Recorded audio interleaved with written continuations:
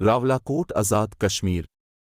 راولاکوٹ شہر اور گردونوا میں بارش جبکہ بالائی علاقوں میں برف باری کا سلسلہ گزشتہ 2 روز سے شروع ہو چکا ہے۔